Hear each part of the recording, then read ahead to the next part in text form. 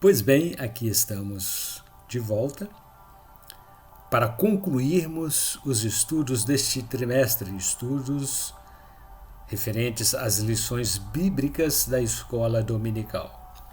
Mas antes queremos nos apresentar. Nós pertencemos à Igreja Evangélica Assembleia de Deus, Ministério Missão Europa no Brasil, cujo presidente é o pastor José Antônio de Castro. São os seguintes os endereços de nossas igrejas. No município de Barra Mansa, estado do Rio de Janeiro, Rua Manuel Martins, número 35, bairro Mangueira. Neste endereço, localiza-se a nossa sede. Em Volta Redonda, Rua Belém, número 347, bairro Santo Agostinho. Temos como ponto de referência o Colégio Municipal Jaime Martins. Ainda município de Porto Real, também estado do Rio de Janeiro, Rua 9, número 164, bairro Jardim Freitas Soares, bem em frente ao CRAS. Em Valença, distrito de Santa Isabel do Rio Preto, Rua Rodovia, número 20.934. Também estado do Rio de Janeiro, Pinheiral, Rua Benjamin Constant, número 3.907, quilômetro 5, Pinheiral, município do estado do Rio de Janeiro. Em Santa Rita de Jacutinga, estado de Minas Gerais, Rua Governador Valadares, número 350, centro, bem em frente à estação, Praça da Estação, Praça de Skates. E ainda, Caratinga, a mais recente inauguração do nosso trabalho no estado de Minas Gerais. Rua Coronel Antônio Saturnino, número 194, bairro Esperança, Caratinga, estado de Minas Gerais. Apresentamos o nosso jornal. Estamos trabalhando para a elaboração do próximo número, mas este é o último, Missão Europa em Ação. São 8 páginas coloridas por apenas R$1. Aqui vocês encontrarão reportagens sobre os fatos relevantes das igrejas do nosso Ministério Missão Europa, não somente no Brasil, mas também no exterior.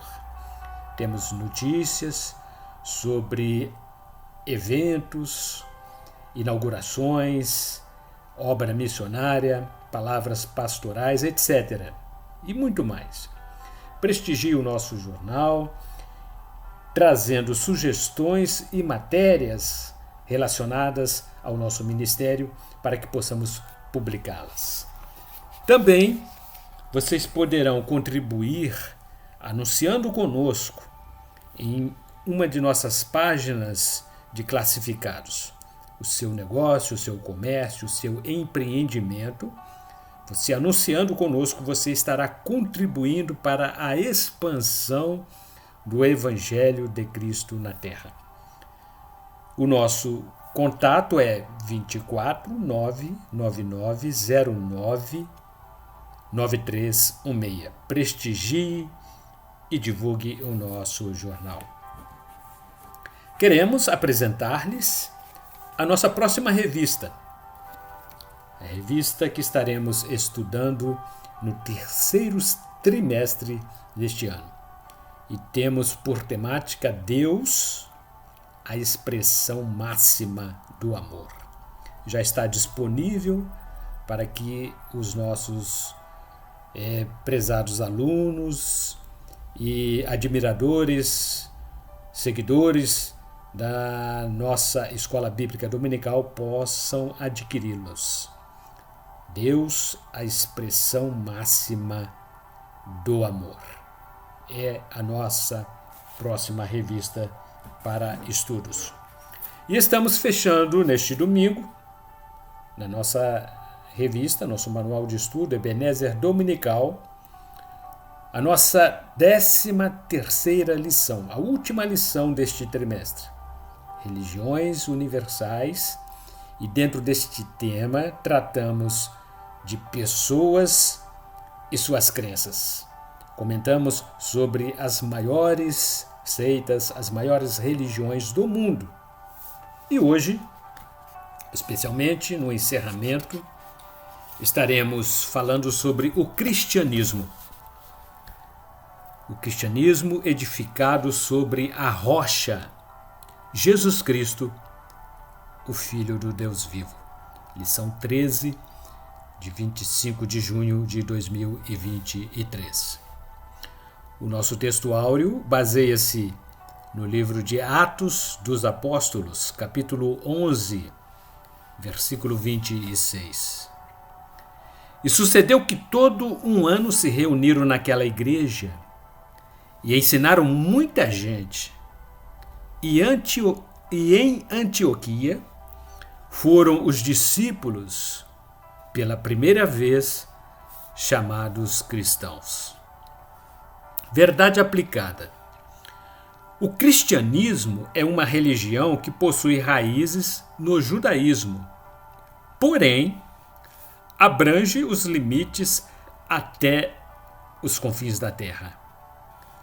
Onde o evangelho consegue penetrar, o nível social e intelectual das nações elevam-se em relação às demais. E os objetivos específicos desta lição são os seguintes: descrever o fundo histórico do cristianismo, identificar as Sagradas Escrituras como regra de fé do cristianismo, avaliar os pontos positivos do cristianismo em relação às demais religiões. Os nossos textos complementares encontram-se no Evangelho de Mateus, capítulo 16, versículos 6, 11, 12, 13, 16, 17 e 18. Os registros são os seguintes. E Jesus disse-lhes: adverti e acautelai-vos do fermento dos fariseus e saduceus. Como não compreendestes que não vos falei a respeito do pão, mas que vos guardasseis do fermento dos fariseus e saduceus? Então compreenderam que não dissera que se guardassem do fermento do pão, mas da doutrina dos fariseus.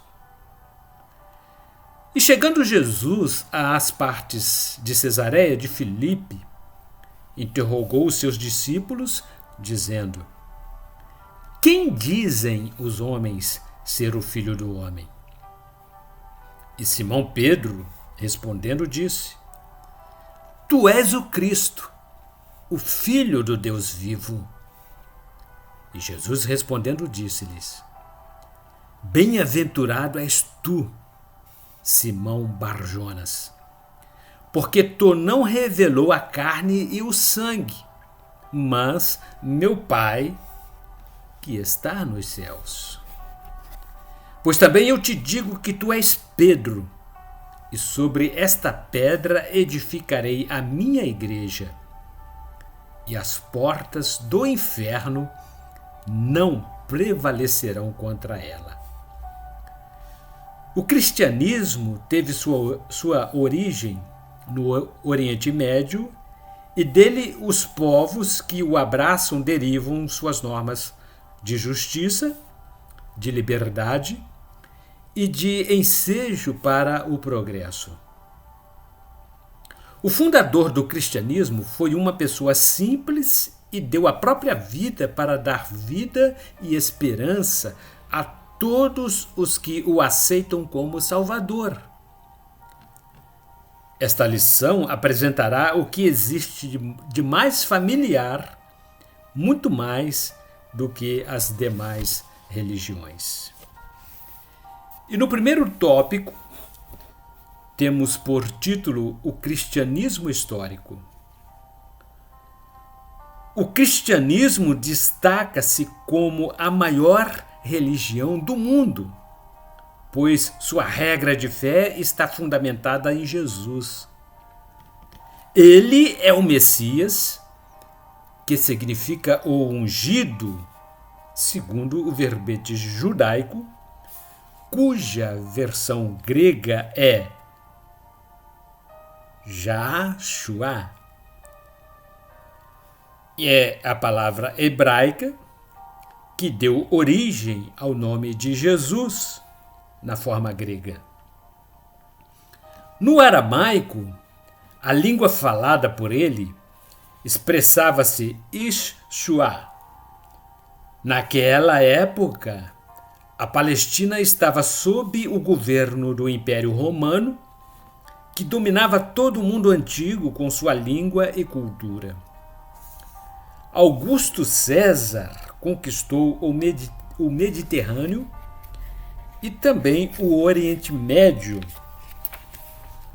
Foi construtor de grandes cidades e estradas, o que facilitou, em tese, a disseminação do cristianismo. O governo romano permitia a liberdade de crença e tanto gregos quanto os romanos tinham os seus templos consagrados aos seus deuses. Ambos colocavam em evidência os seus mitos e suas filosofias. Desenvolvia-se a ciência astrológica, rabinos judeus, fariseus e os saduceus defendiam, cada um, os seus pontos de vista religiosos. Foi num ambiente de religiosidade que Jesus veio nascer. No subtópico 1.1, temos por tema uma mini biografia de Jesus. Augusto César era ainda o todo-poderoso imperador de Roma, enquanto Herodes Magno governava a Palestina. De forma sobrenatural, nasceu Jesus da Virgem Maria, e através da sua encarnação, o Emanuele tornou-se Deus conosco. José e Maria foram até Belém participar da obrigatoriedade do censo romano e foram obrigados a permanecerem num estábulo durante a noite por falta de vagas nos albergues da cidade, ocasião em que Maria deu à luz o Filho de Deus. Pouco se sabe da infância e da juventude de Jesus. Seu padrasto era carpinteiro de profissão e com ele o menino Deus aprendeu a trabalhar a madeira, profissão que exerceu até completar 30 anos. O seu primo João foi o seu precursor e batizava em água os que de bom grado acreditavam no aparecimento do Messias. O próprio Jesus submeteu-se ao batismo de João Batista no Rio Jordão e o Espírito Santo desceu sobre ele enquanto saía da água do rio e uma voz vinda do céu confirmou a sua filiação divina. Subtópico 1.2 O ministério terreno de Jesus. Depois de ter passado pelo batismo de João, Jesus foi levado pelo Espírito Santo até ao deserto, ocasião em que jejuou durante 40 dias e foi tentado por Satanás. Ele venceu o inimigo em todas as tentações pelo poder da palavra. Foi então que deu início ao seu curto ministério terreno e saiu a anunciar as boas novas do reino de Deus. Bastava somente as pessoas arrependerem-se dos seus pecados e tomarem a decisão de seguir a Jesus. O período ministerial de Jesus é denominado de o ano dos preparativos. Em seguida, ele convocou os seus discípulos e seu primeiro milagre foi a transformação da água em vinho em uma festa de casamento. O marco principal do segundo ano do seu ministério foi o Sermão da Montanha e pregou principalmente na região da Galileia. Nesse ínterim, morreu João Batista e Jesus recusou-se a ser aclamado rei. Já no terceiro ano, ele andou por Tiro, Sidom, na Pérea, e foi para Cesareia de Filipe, antes de viajar para Jerusalém. Como fatos importantes, houve a ressurreição de Lázaro, a última ceia, que foi realizada com seus discípulos, sua morte e ressurreição.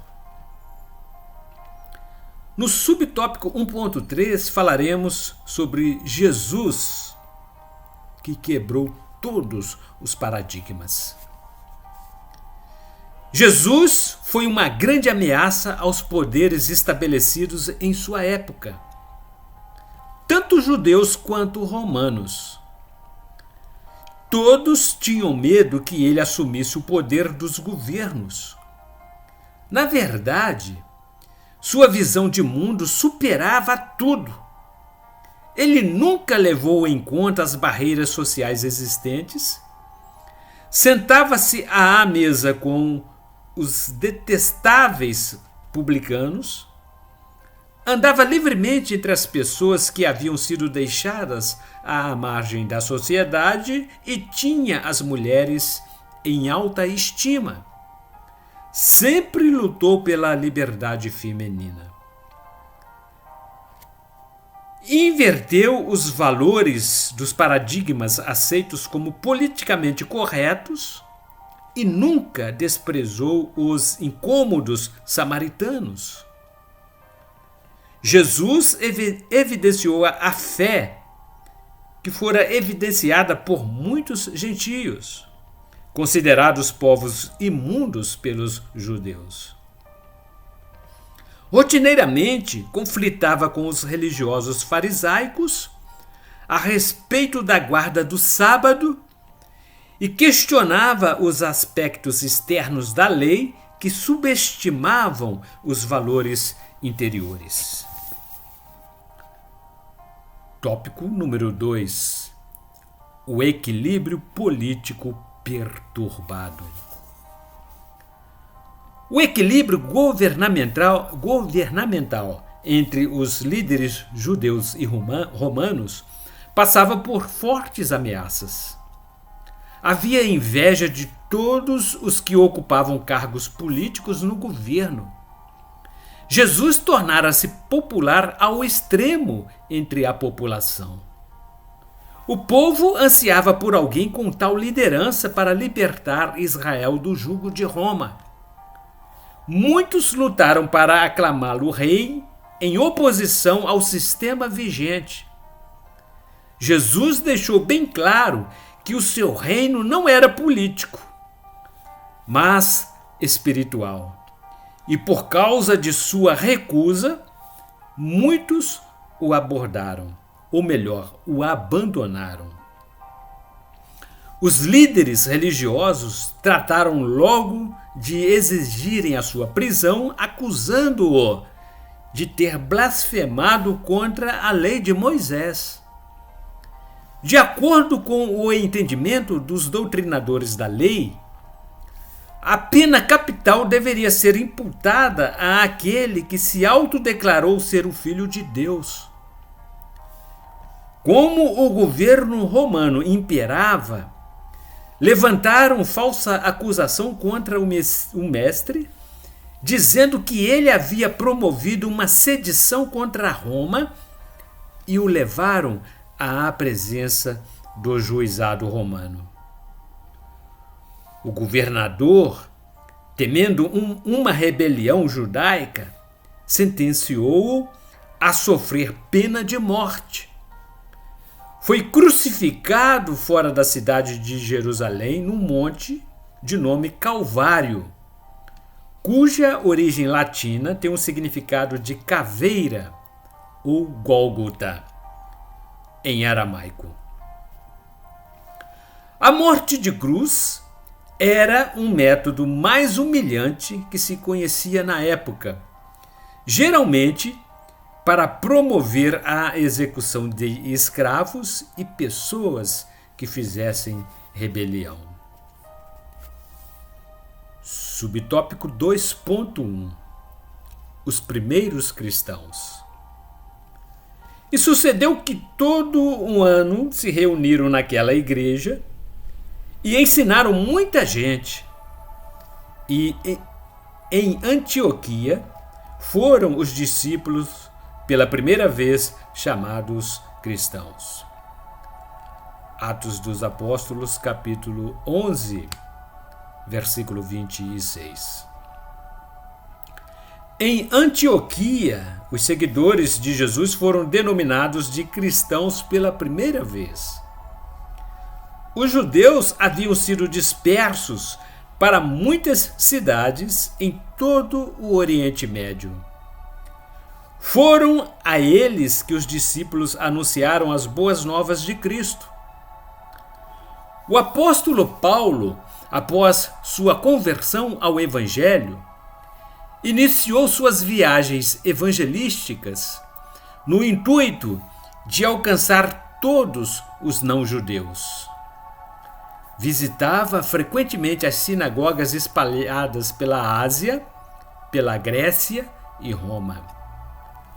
Os próprios judeus ofereceram-lhe forte oposição, mas o Espírito Santo impulsionou-o para que realizasse uma grande obra. Por causa da pregação do Evangelho de Cristo, Paulo e Pedro foram terrivelmente martirizados em Roma no ano 64 de nossa era. Subtópico 2.2 O cristianismo e suas crenças. Jesus utilizou parábola como ferramenta pedagógica em seus ensinos. Um dos grandes temas de suas mensagens foi o reino de Deus. Jesus respondeu: na verdade, te digo que aquele que não nascer da água e do Espírito não pode entrar no reino de Deus. Evangelho de João, capítulo 3, versículo 5. Os cristãos creem que Deus revelou-se através da encarnação de Jesus. É uma forma de nos aproximarmos de Deus. Disse-lhe Jesus: estou há tanto tempo convosco e não me tendes conhecido, Filipe? Quem me vê a mim, vê o Pai. E como dizes tu, mostra-nos o Pai? Evangelho de João, capítulo 14, versículo 9. Cristo é o Filho unigênito de Deus. O discípulo Pedro pôde dizer-lhe isso pessoalmente. E Simão Pedro respondendo disse: tu és o Cristo, o Filho do Deus vivo. Capítulo 16 de Mateus, versículo 16. Os cristãos também acreditam na Trindade como manifestação do Deus infinitamente poderoso. Mas, quando vier o Consolador, que eu da parte do Pai vos hei de enviar, aquele Espírito de verdade que procede do Pai, ele testificará de mim. Evangelho de João, capítulo 15, versículo 26. Os cristãos acreditam que a única maneira de vencer a morte eterna pelo pecado é a expiação. O sacrifício de Cristo foi suficientemente capaz de pagar toda a nossa dívida e nos introduzir na família divina. Por tudo isso, o cristianismo crê na volta pessoal de Jesus. Daí, a responsabilidade de nos prepararmos para o grande encontro. E qualquer que nele tenha esta esperança purifica-se a si mesmo, como também ele é puro. Epístola de 1 João, capítulo 3, versículo 3.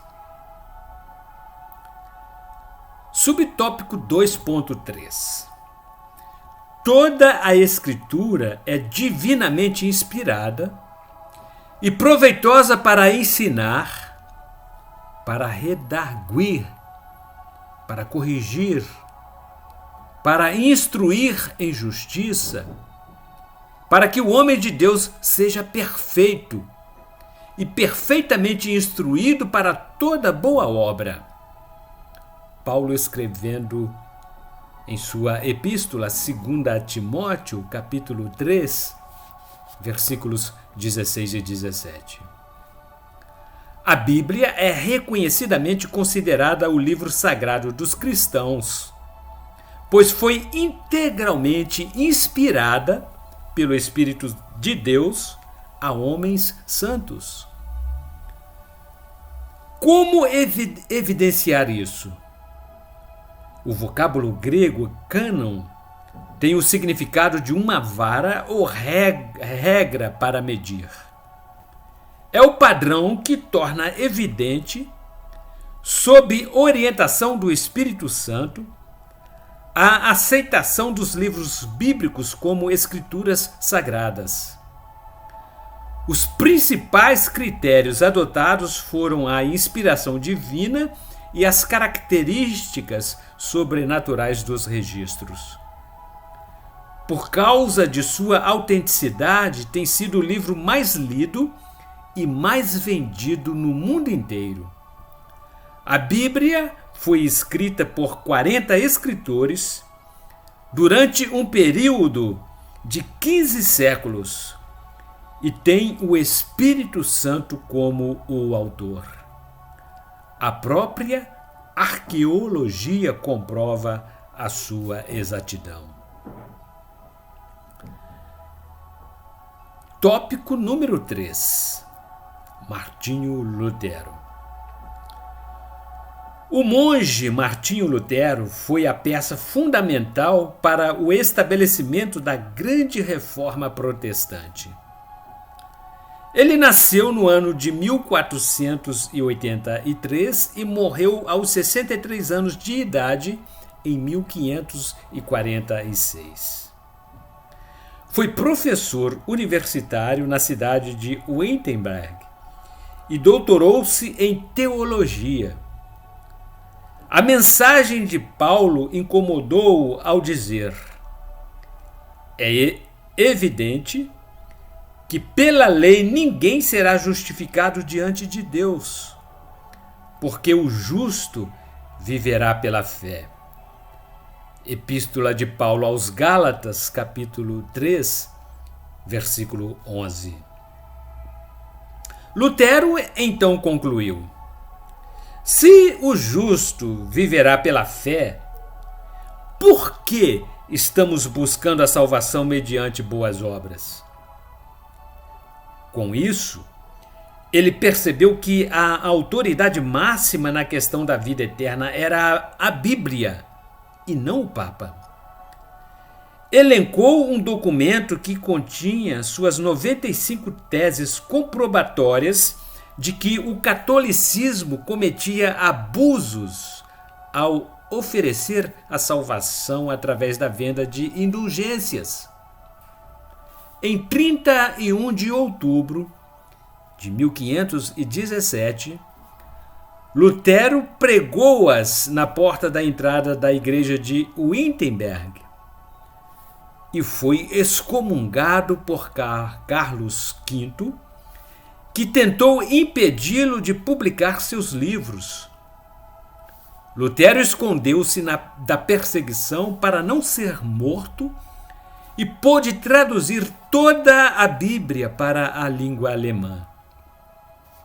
A partir de então, a Igreja Protestante foi inaugurada e a Reforma disseminou-se para a maioria dos países. Ele escreveu muitos livros, compôs belíssimos hinos e estimulou os sacerdotes e freiras do catolicismo a se casarem, pois ele mesmo fora casado. Subtópico 3.1. O Concílio de Trento e a Contra-Reforma. Os sacerdotes da Igreja Romana entraram em pânico, pois perceberam que o protestantismo alastrava-se por todos os lados. No ano de 1545, reuniram-se em um concílio em uma comuna italiana, capital da província autônoma de Trento, com o objetivo primordial de reafirmar os dogmas basilares do catolicismo, tais como a Trindade Divina, os sacramentos, a santidade de Maria, entre outros. Deixaram patente que a Igreja Católica tinha autoridade igual à autoridade das Sagradas Escrituras e que ela, Igreja, era a única que detinha direito e poderes para interpretá-la. Reafirmaram os tradicionais sacramentos católicos e reafirmaram a adoração às imagens. Partiram para a guerra e envidaram todos os esforços para reconquistarem o espaço perdido com a aplicação da força física, inclusive. Milhares de pessoas foram covardemente assassinadas em toda a Europa. Conseguiram eliminar a reforma protestante na Itália no ano de 1572. Todavia, na Inglaterra e nas demais regiões europeias, o protestantismo avançava. Subtópico 3.2. O cristianismo e a Igreja moderna. Apesar de a Igreja inglesa ter se aliado ao protestantismo, ela manteve algumas tradições católicas em suas formas de cultos. Outras doutrinas religiosas, com base na independência de Roma, ramificaram-se nos congregacionais e nos anabatistas, adeptos que não aprovavam o batismo de crianças antes de completarem o uso da razão. Eles pregavam o novo batismo em águas na idade adulta, para aqueles que já tivessem sido batizados anteriormente. John Wesley introduziu o metodismo, movimento de princípios muito rígidos que se processou no seio da Igreja Anglicana. A partir do século XX, o evangelho expandiu-se de forma assustadora através do empreendimento missionário. E o movimento pentecostal trouxe uma renovação espiritual para as novas igrejas. A igreja moderna partiu para o desfecho da grande comissão deixada por Cristo. Ide por todo o mundo, pregai o evangelho a toda criatura. Evangelho de Marcos, capítulo 16, versículo 15.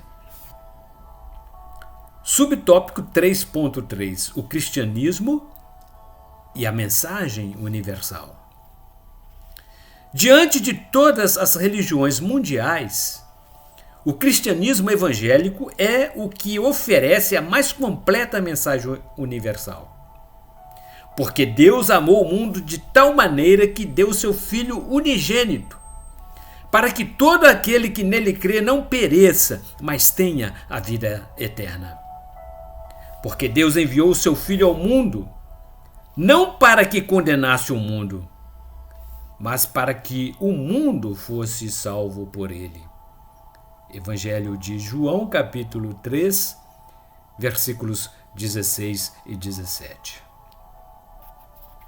O Evangelho de Cristo torna todas as pessoas iguais diante do olhar divino. Além disso, a mensagem de boas novas traz a esperança de uma vida eterna com Deus. Desde o princípio, os cristãos apresentaram-se como grandes missionários e expandiram o Evangelho de Cristo pelo Mediterrâneo, pela Ásia e ultrapassaram os limites impostos pelo Império Romano. Levaram a palavra à Índia e ao continente africano. De qualquer forma, o Império Romano acabou contribuindo para a expansão do Evangelho, pois foi o principal polo de desenvolvimento do cristianismo. Conclusão. Porque a Escritura diz: todo aquele que nele crer não será confundido. Porquanto não há diferença entre judeu e grego, porque um mesmo é o Senhor de todos, rico para com todos os que o invocam. Porque todo aquele que invocar o nome do Senhor será salvo. Paulo escrevendo aos Romanos, capítulo 10, versículos 11 a 13. A promessa de salvação é extensiva a todos. Jesus morreu para perdoar nossos pecados. Ressuscitou da sepultura ao terceiro dia. Ele está vivo e é o Senhor dos senhores. Quando clamamos por ele em oração, sabemos que nos ouve e nos oferece o dom da vida eterna. A nossa confiança mantém-se como a fé de Abraão. Confiamos em Jesus e ele nos ouve e nos atende. O Evangelho é o poder de Deus para a salvação de todos os que creem.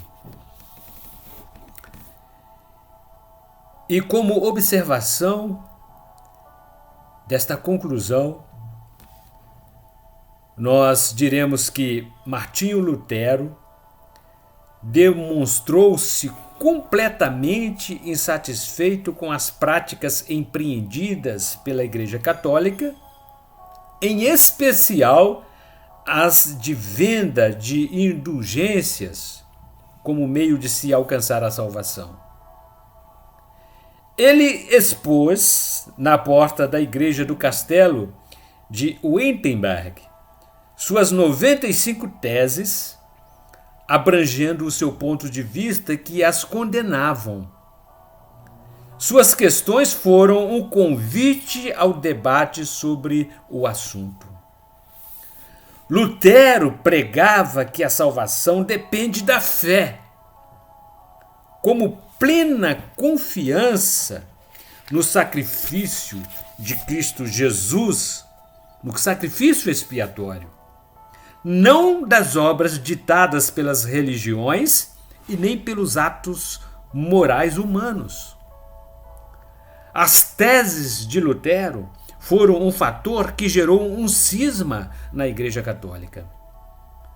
Sua atitude culminou na sua excomunhão, mas, em compensação, nasceu o maior movimento religioso que deu origem à Reforma Protestante e, consequentemente, ao protestantismo. Na próxima semana, então, retornaremos com uma nova temática. Deus, a experiência máxima do amor. Ebenezer Dominical é a mais nova revista, o mais novo lançamento, o último lançamento. Durante o terceiro trimestre deste ano, estaremos estudando sobre a primeira pessoa da Trindade, Deus, esta expressão máxima do amor. E exatamente no primeiro domingo de julho, no dia 2 de julho, estaremos introduzindo a primeira lição. E o tema será: quem é Deus? Ebenezer Dominical. Deus é a expressão máxima do amor. Até lá, bons estudos e que Deus, em nome de Jesus Cristo, abençoe a todos nós de forma abundante e completa.